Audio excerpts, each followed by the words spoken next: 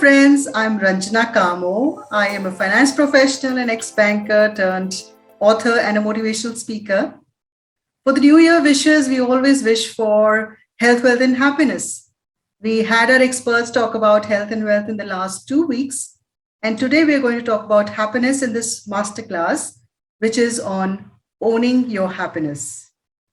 Now, I had published a book titled The Mystery of Utmost Happiness. In this book, we talk about how we can own our happiness. It is a crux of my experiences through challenges, struggles, and hardships that have led me to believe and understand that there is nothing more important than happiness in our life. So today I share these mysteries of happiness with you, and I hope that you will be able to find your happiness. But before I start, I want to share a short story with you. This story is about a monk.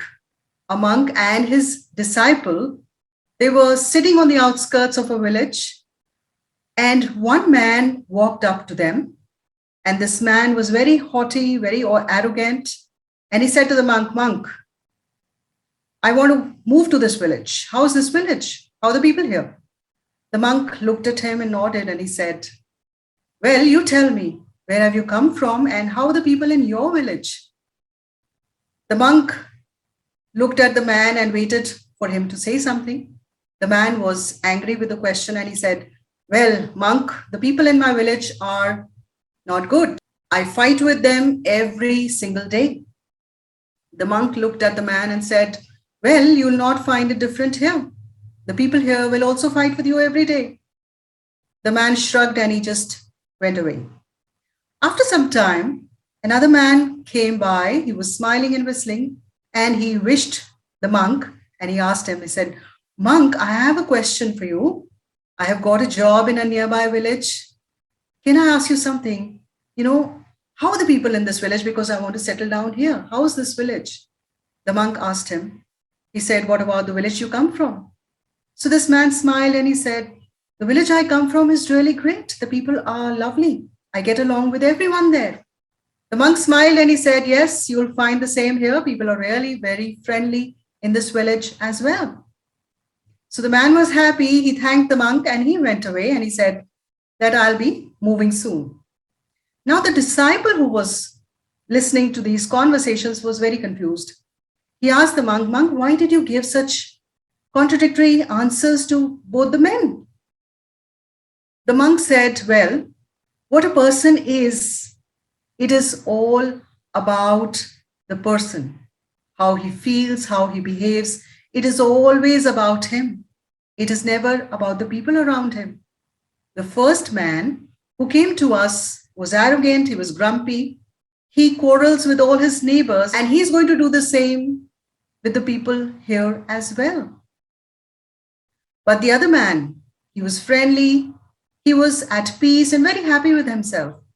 And he's going to remain happy wherever he goes. So how you feel is always about you and not about the people around you." The disciple was surprised by the monk's answers, and he also learned a great lesson that day. This is exactly the same with our happiness. It is always within us. It is always about us. It is never about the people around us or in the material things or in our environment. It has nothing to do with those. It is always about us. Happiness is an insider job. It is our kasturi, it is that musk which is within us, and we have to own it. The deer keeps looking for the musk in the forest throughout his life, even though the musk is within the deer. And we do the same. We are always looking for this kasturi which is within us, but we keep looking for it in the outside world. So what is happiness? Happiness, I define as a state of mental and emotional contentment, which is there in spite of all the challenges that surround us. It is an enlightenment which helps us believe that everything in life is trivial compared to our happiness. And how do you own your happiness? I will take you through the tips that can help you own your happiness. These tips are the life lessons from real life experiences, and they are just a gist of the lesson. They are not the lesson per se. That we can keep for another masterclass. Today, I'm going to talk about the life lessons that I have collated from these life experiences. So let us first look at the 5 mantras, the top 5 mantras of owning happiness. So the first mantra is mortality check. Now, what is this?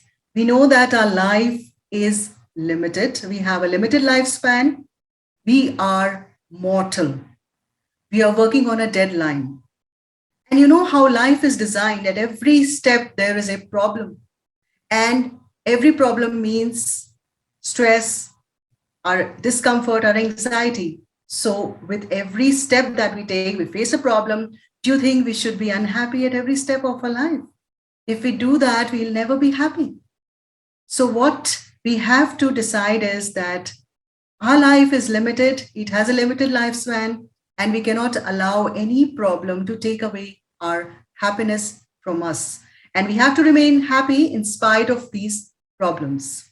So that is the first mantra, which is the awareness of our limited lifespan. The second is gratitude. We have a habit of focusing only on the negatives in our life. We forget about the blessings that we have. The breath that we take, each breath we take, our faculties that are operational, our family, our life, everything is a blessing, but we tend to ignore it all the time. So if we appreciate every blessing in our life, we'll be able to feel happiness flow into our heart and our soul. The third one is nurturing our relationships. Have you seen a person in love? That person is always happy. So if we are able to strengthen our relationships and nurture them with our friends, with our family, the partner, the children, parents, and even ourselves. When we love all the people around us and love ourselves, we will again feel a lot of happiness flowing into us.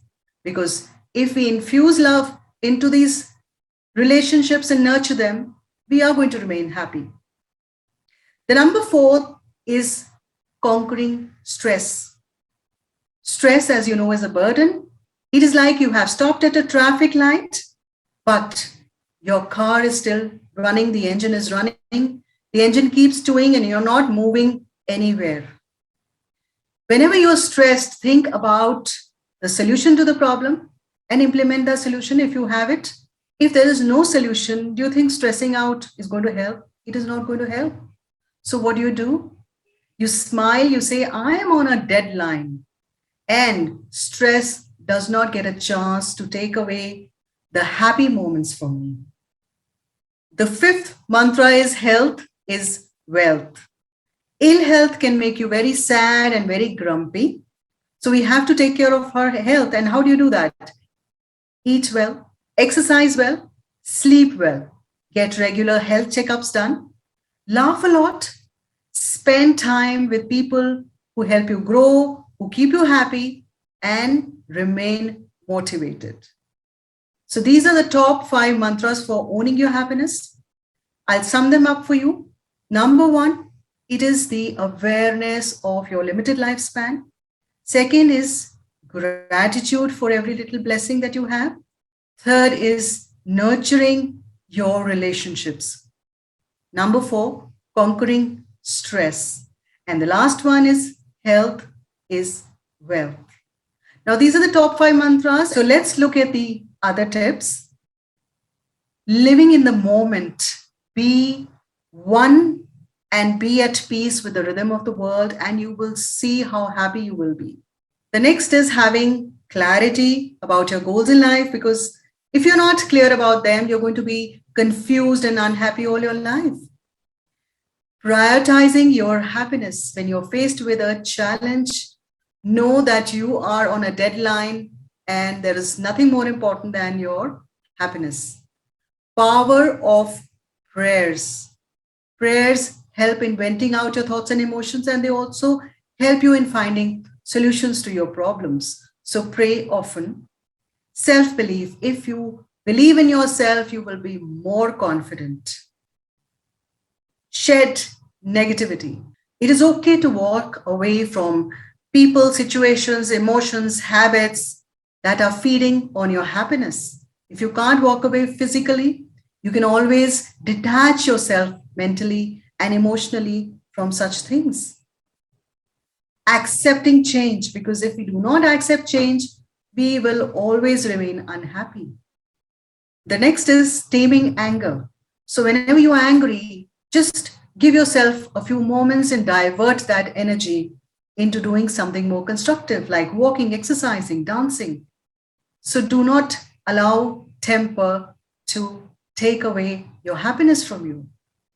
Next is self discipline. Get addicted to punctuality and don't let distractions tempt you.